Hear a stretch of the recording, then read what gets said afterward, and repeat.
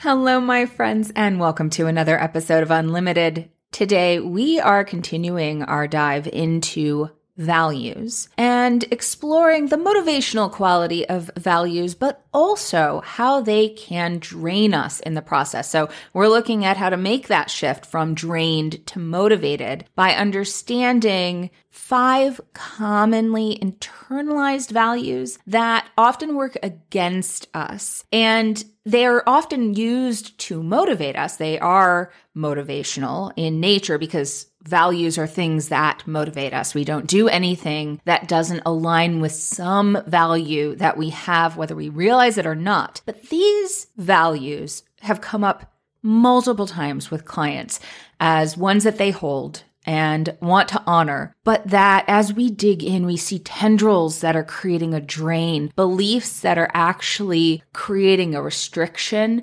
blocking the ability to be expansive and show up fully. So I figured we should talk about them. And I'm going to talk about a few other examples of values, and we're going to explore how we engage consciously creating values and what values look like. So talking about internalized values versus intentional values, reimagining our relationship with responsibility, reliability, and respect, as well as several others, supporting yourself through the fear of letting people down. Hint, that is one of the biggest undercurrents that shows up with these values. Clarifying your values to improve the quality and sustainability of your motivation. And then I'm going to share a little bit about the values of my business and how I engage values professionally. Values work is a core component of the work that I do with clients because oftentimes, even when someone has done some values work and looked intentionally at their values, there are deeper layers and questions that relate to not just their own belief systems, but to the societal norms that we swim in. And it highlights some things that may have been normalized as important, but that when we look at how they're playing out and really understand what's going on, they're not serving very well. So it's important work to create a shift because, like I said, values are what motivate us. So if we have patterns in our life that we keep perpetuating, there's a reason. It's because it's honoring something. So if we can understand what it's honoring, rather than going, well, just don't do that, we go, okay, what's going on? What is needing attention here? What is important? And then we can create a shift so that we're not ignoring those important things. We're finding new ways to honor them that align better with the person that you want to be, the way that you want to impact the world, the changes that you want to make in the world and society, and how you are part of that. So there's a lot going on here. If this is something that you want to dig into more in your own life, because you only go so far in your own brain, right? Our brain's like patterns, so we tend to repeat these patterns in our lives, whether we mean to or not. There's just certain things that we assume and don't even realize that we're assuming, and values often tend to be one of those things. So if you're looking for support to really dig in so that you can shift some of the dynamics that are happening in your life, that are repeating in your life, especially true if you've dealt with toxic work environments or work environments that didn't have a healthy balance for you, those are things that it really makes a difference to have someone who can help you dig in further than you realize. So if that's of interest, grab a free session. The link is in the show notes and it's on my website, and I would love to support you with that. And now, without further ado, let's get started. Hey there, I'm Valerie Friedlander, Certified Life Business Alignment Coach, and this is Unlimited. This podcast bridges the individual and the societal, scientific and spiritual, positive and negative, nerdy and no, there's just a lot of nerdy. Come on board and let's unlock a life that's as badass as you are.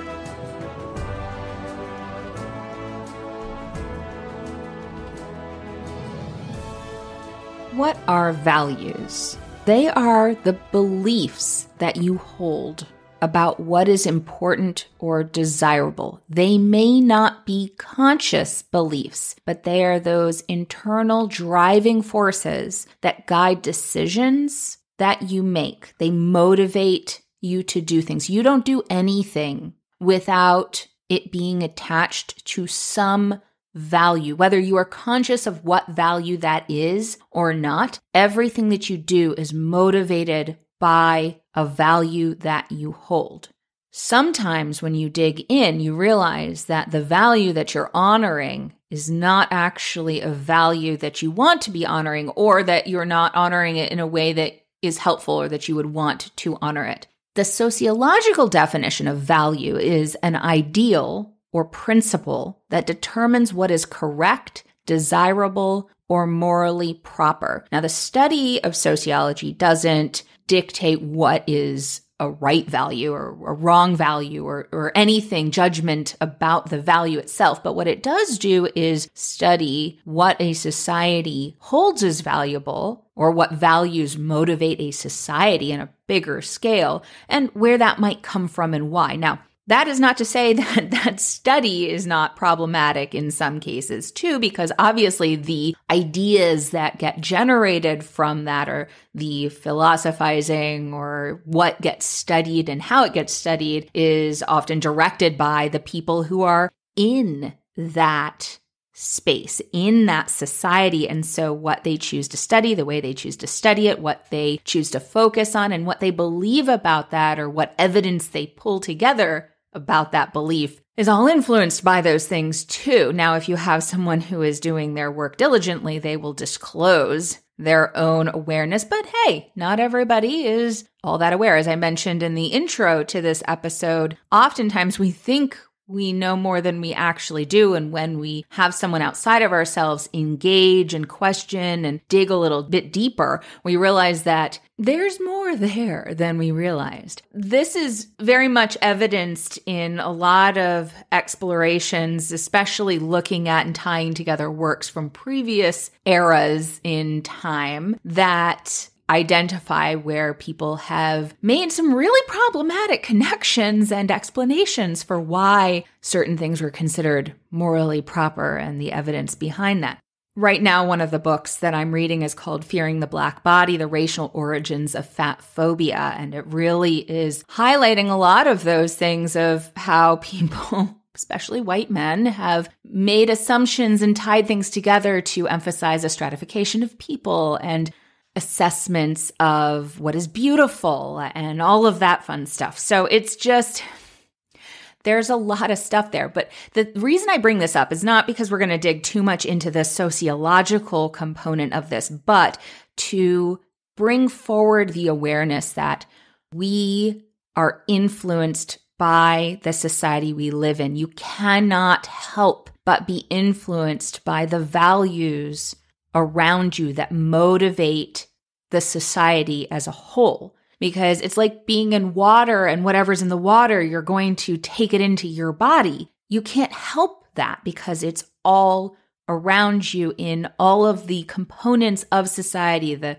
media you consume, the way we do school, the way we've learned to parent, all of these things get handed down and we're just surrounded by it. So it's impossible to not be influenced by those things. And it's important to remember that, because while you may look at something as, well, this is a good value, be careful of labeling things as good and bad, because they tend to box us in, and then we tie it into, well, this is good, that makes me a good person. No. No. Let's not do that. That is where we get very rigid with understanding things and inflexible with evolving and growing our awareness of ourselves and our participation in a society, our participation in our own lives. And we don't have the opportunity, or we don't give ourselves the opportunity to grow and learn. So digging into our values, and not just the ones that we think we hold, but the ones that we actually hold, the ones that get triggered when, say, you get upset about something, or you notice something, you're focused on something, noticing what the motivation is. What is the value that is underlying that upset. We get upset when we feel like a value is threatened, whether we're the ones threatening it or whether somebody else is threatening it. Of course, this ties to emotional intelligence. It's great information about what is actually going on so that you can engage it more consciously. So we're looking at primarily 5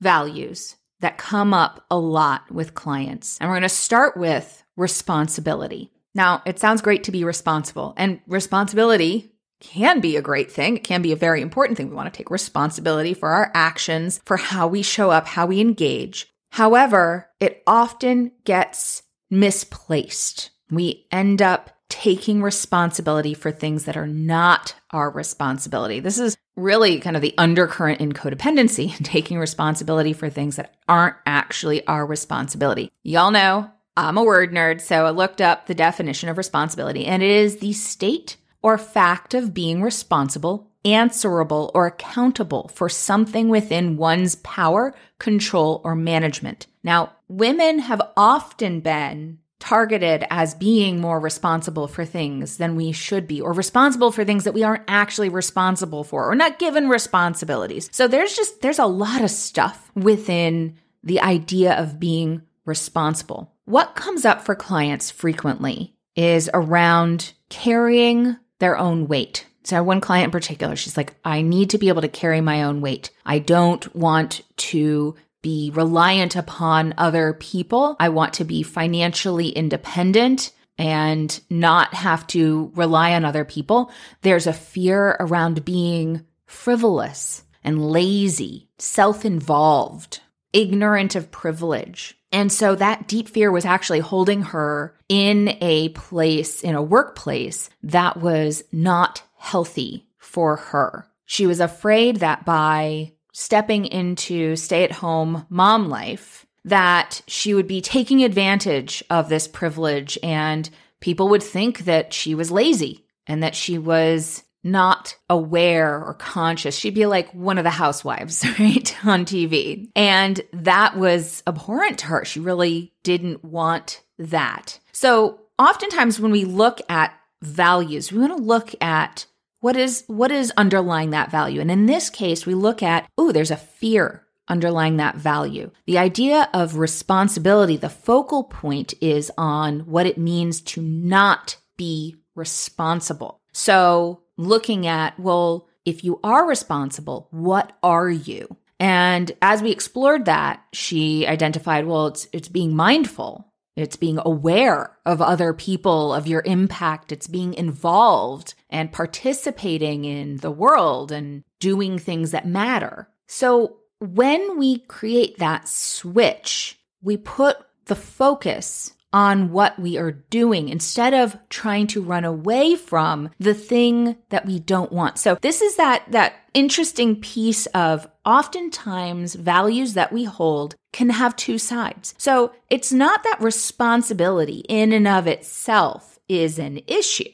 It's how is it playing out in your life? How is it motivating you? Is the focal point on what happens if you aren't that? Or is the focus on creating spaces and showing up responsibly because that feels good? So when we identified those two things, like what is responsibility? What does it mean? What are you afraid of? And it was like all of these things, lazy, self-involved, all these negative labels, as it were. When we looked at what does showing up to that mean, it's a much more expansive experience. So sometimes when we think about values, shifting the words that we use can make a difference, or at least really getting clear where we're focusing, because where your focus goes, your energy flows. So, we looked at like, well, what happens if you aren't responsible besides these labels? And undercurrent to that was, well, you let people down. You let yourself down. You are not morally good.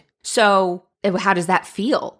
We looked at like, where do you feel that? And it's like this pressure, this weight. When I think about being responsible, it's all the shoulds and the have tos and the weight of responsibility. And we switched the wording on that. We're like, well, what about, if you think about being mindful, aware, and involved, where are you focusing? What are you looking for? And it's, well, I'm looking for opportunities to be that. Where do opportunities feel? When you think about seeking opportunity, Where do you feel that? And she said, oh, it feels expansive in my chest, more open instead of the heaviness on my shoulders. And what it highlights is that difference between those shoulds and have tos and seeing choices and seeking what you want to create. So I use this example as there's that duality between what does it mean to be responsible and where is the focus? Is the focus on what happens if you aren't that and the dangers inherent therein? Or is the focus on how you want to engage and show up and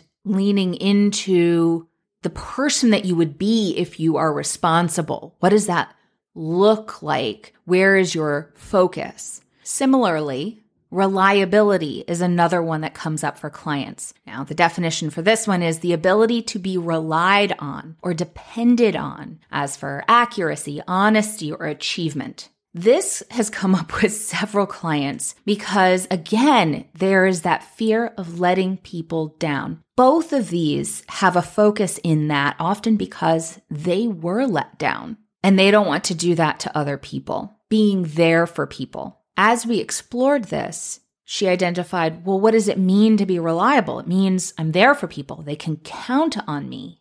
I say yes, but I don't like that I say yes to everything because I'm often saying no to myself in the process of saying yes to other people, and I'm not taking care of myself. This is so common. So this is where we differentiate again with the words that we use and the meanings underlying them. Oftentimes, we conflate reliability with being available. Reliability, being reliable, does not mean that you are always available.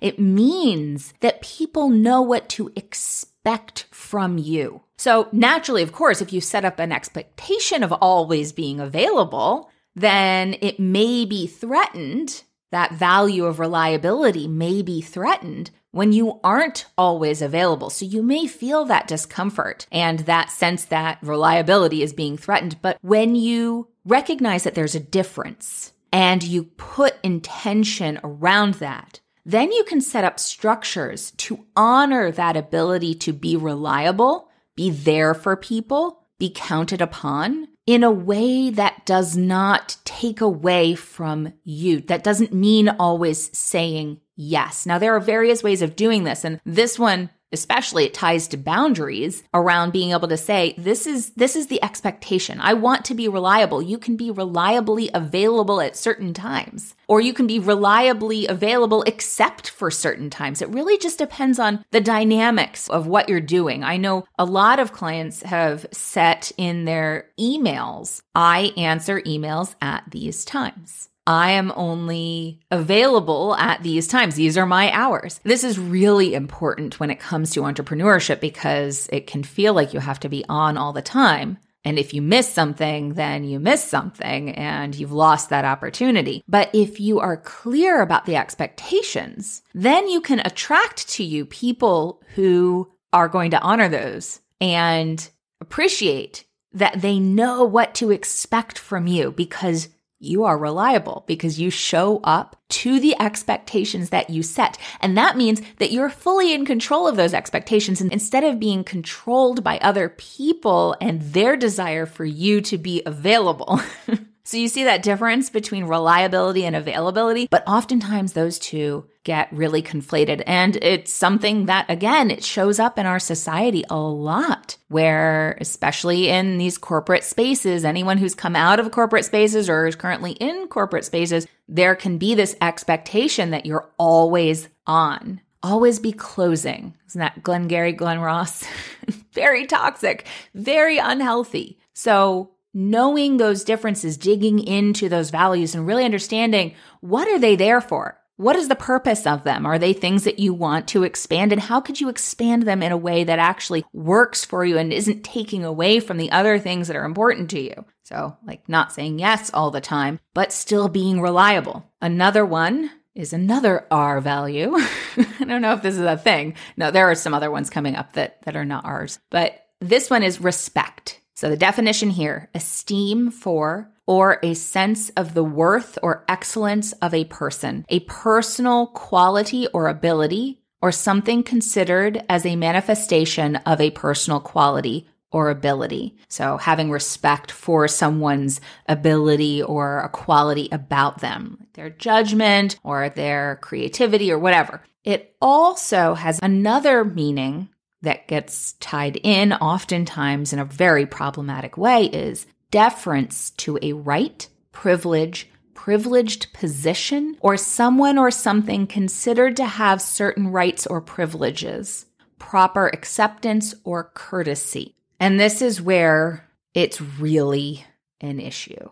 And oftentimes it ties in a way that we don't really think about. If you follow any positive parenting practices, there is a lot of talk around how we talk to our children compared to how we talk to other adults. In corporate, when you're in a ladder dynamic, which most corporations have, there is an expectation that you give more deference to people in higher rankings of authority. So, for example, I talk about this in my episode on tact, where I was told when I asked for a raise in a particular way that did not show sufficient deference or appreciation, that I was not being appreciative and that I needed to Google tact because I handled that badly. I didn't handle it with sufficient respect for the person that I was asking it from. So that doesn't mean that respect is necessarily problematic in and of itself, but looking underneath where the motivation is and where you use that word and how, because words have power. So these values have power, especially when the words and the values are tied together. So taking a look at, is the word respect or the value respect being tied to the idea of being heard and acknowledged, or hearing and acknowledging another person and respecting their experience and them as a person? Or is it related to following orders and doing what you should do? Is it related to a positioning? Are you needing to be, or are you afraid of what would happen if you are not deferential sufficiently to someone's status or position? Or are you having an expectation that someone will behave in a particular way that is counter to your perceived status or position? So this ties to feeling like you're disrespected. I talk a lot, again, about this in the episode on tact, but it's really important to recognize if your value of respect is being threatened and what it ties to. Is it that you don't feel like you're being heard, or is it related to a status or position, or maybe it's both? Sometimes that can play together. So noticing, how do you feel when this is threatened, this idea of respect, this value of respect? And how do you feel when it's honored? And noticing the dynamics of those things and where they tend to get triggered. Where do you tend to feel this is threatened? Where do you feel like it's being honored? And what are the dynamics of those situations? As mentioned in the second definition, it ties to privilege. And so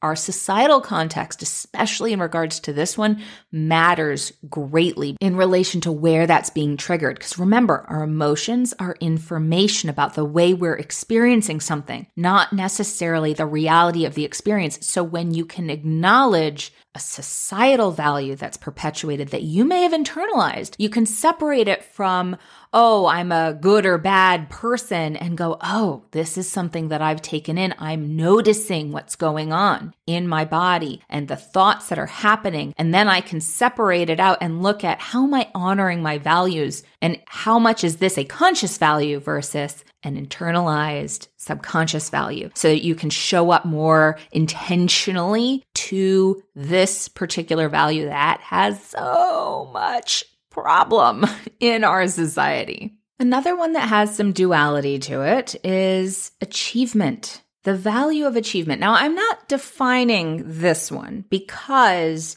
part of the problem with this particular value is in how you are defining it. And it's not so much about like, what does it mean to achieve? It's what are you acknowledging as having achieved? What do you notice? What do you say, oh, I achieved something? What do you give attention to acknowledge this value? So what often happens is when someone has a value of achievement, because we live in a society that is so focused on the outcome and in doing and going and creating and all of that, when we have a value around achievement, which is very common in this society, we don't actually give space to honoring that value, not achieving, but not in actually spending the time to acknowledge and honor what we achieved. We just jump to the next thing. What happens with that is that if you don't have anything where you actually acknowledge achievement,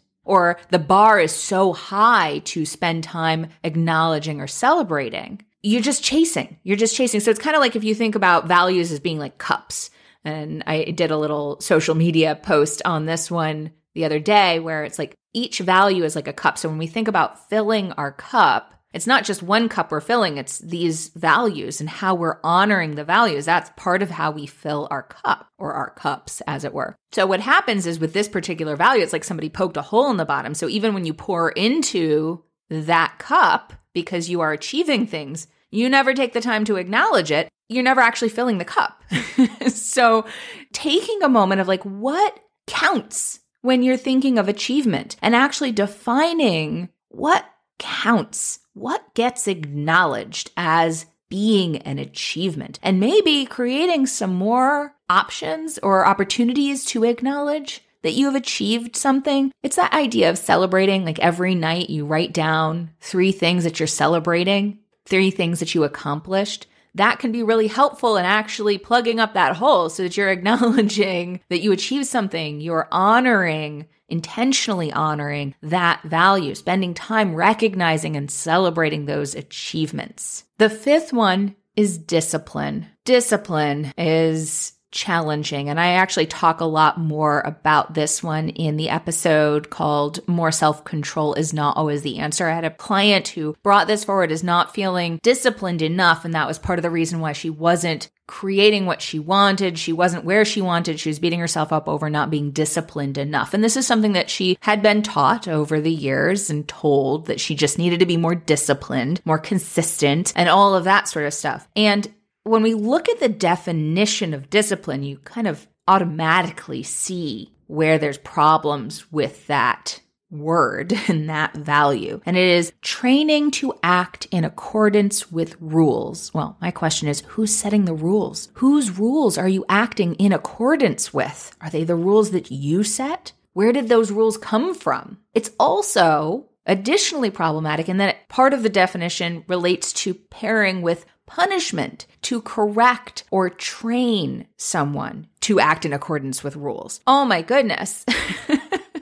So I'm not going to spend too much time on this one, just because looking at that, there may be a better word, and recognizing when this one feels threatened, because often it's not necessarily that you're honoring this. This isn't like a conscious, I feel good when I'm disciplined. It may be that I feel good when I follow through on my self-care, or I feel good when I do the thing that I said I wanted to do. Is that discipline? It could be. You could bucket that in that value, but there might be a word that you could find, a value that you could draw in and emphasize that is a little bit more loving or supportive for the process of what you're doing. And also when something happens and you need to be flexible. And so discipline isn't the appropriate thing, because then we just naturally beat ourselves up, because that's part of our value, is beating ourselves up.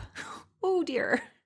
So noticing that one and where that one shows up, because again, it may not be a value that you are consciously holding, but when you look at where you feel bad about yourself, where you're beating yourself up, where you feel that value, when you feel like something's threatened, basically, or you're upset or frustrated or angry, look and see if that one's under there, because that one is one that shows up a lot, because it is how our society tends to teach you to act in accordance with the societal rules or the societal values, as it were. So just noticing that one is really important. I'm going to touch on a couple other ones that are kind of in addition to, because there's some things that people tend to come to me for when they're looking to do the work that I do to help them create the life that they want to have. Those 5 are ones that are underlying, that are kind of sneaky beliefs, sneaky values that we need to look at and unpack. So I highlight those. There are a few others. One of them is freedom. So what does freedom mean to you? Like looking for that flexibility and freedom and fulfillment. Those are like the 3 F's that people are often looking for when we work together. So looking at what does freedom mean to you? And oftentimes it's around being able to do what I want when I want to do it. So you might conflate that with flexibility, but it's not always the same thing. So actually looking at like, what is it? Maybe it's doing what I want when I want. But for example, my clients who have ADHD, realizing that routine actually helps them do more of what they want, how important having a routine is. So just being able to do what I want when I want isn't actually helpful. It doesn't actually create that feeling of freedom. And so while the process itself may seem more restrictive or rigid, it's being able to choose it. So that idea of freedom of choice. So I'm getting to define what the rules are. I'm getting to define what's important and what I focus on. And when I focus, I'm defining my routine. Flexibility, as I mentioned, gets conflated there. What does that mean to you? Because it means different things to different people, and you may not realize that. But I had a client recently who was saying that that's what she wanted. She was afraid that taking this new job that seemed amazing would restrict her ability to have flexibility. So I said, well, what does flexibility mean to you? And she said, time for myself and the ability to travel. So I was able to say, how true is it that you wouldn't be able to have that? She's like, well, I don't know. And so we dug into it and it's like, well, actually, there is flexibility in this job because of some conversations.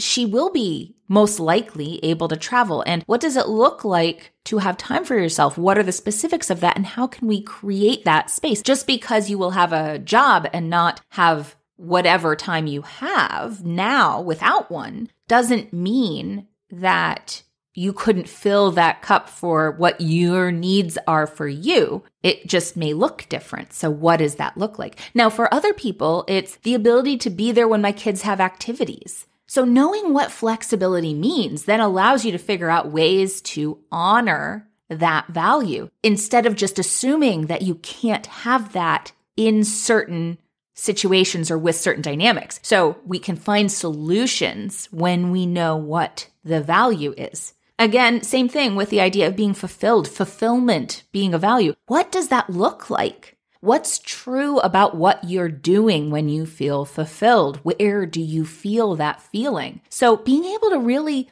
understand and define it allows you to be more conscious in creating spaces to honor it. And those conscious values, those ones that you think that you are looking for, the ones that you are intentionally going after, it allows you to intentionally go after them instead of feeling just because something happens or you have a particular circumstance in your life, you can't have that. There are often ways that we can find to create space to honor that value that maybe we didn't realize before until we dug into what it actually meant instead of just the subconscious idea of what it means and what the rules are around when we can have it and when we can't have it. Just because we haven't had it in one space before doesn't mean that it can't exist there. It just means that we haven't asked the right questions or the questions that will help us find solutions to creating that. Doing this work to really clarify what your values are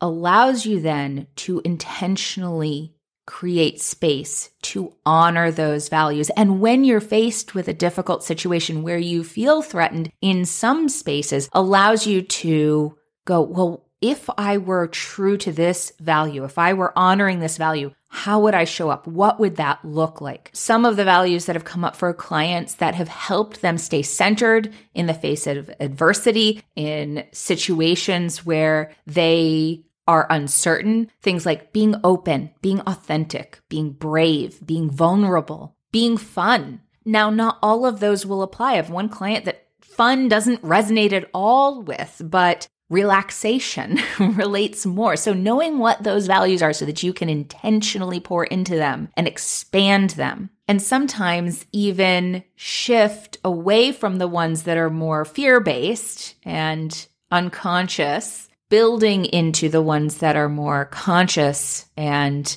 intentional to the person that you want to be and the life that you want to create. For my business personally, 4 values that I am intentionally pouring into in my work are sustainability, which to me means that there's a give and take of energy that allows me to continue doing my work, supporting people, so that I'm receiving what I need to be able to pour out, both in my personal life and in my family and to myself, as well as to the people who are seeking the support that I have to give. Accessibility, that those people who want the support that I have to offer be able to receive it. Simplicity, being clear, straightforward with the support that I offer without complicated funnels or other hoops or other gymnastics, just very clear, very straightforward. And fun. This is a big one for me.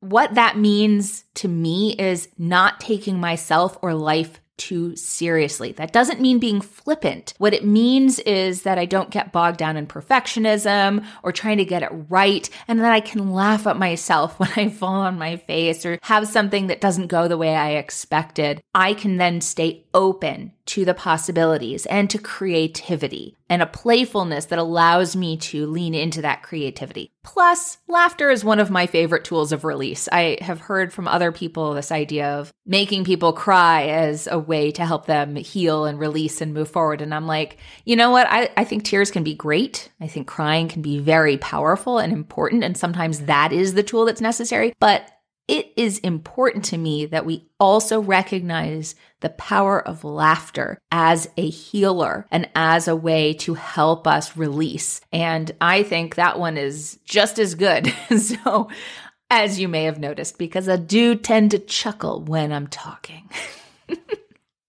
So those are the 4 values that I am focusing on and intentionally working to expand in my own practice. Now, this doesn't mean that I do it perfectly. And it doesn't mean that there are things that I'll run into things and go, oh, yeah, that didn't go quite the way I would have liked, or that didn't honor that value, and I can do better to honor that value, or maybe there's another way, or that sort of thing. This year, I'm doing a lot of experimentation with what works. It means that I'm giving conscious attention to those things and working to expand them and making choices in alignment with them as much as possible. So like I said at the beginning, if values work is something that you think you could benefit from, it is certainly something that I am here to help with so that you can shift some of the dynamics and create new patterns in an intentional, conscious way that actually feels good, and understand some of the dynamics that you currently have that create that feeling of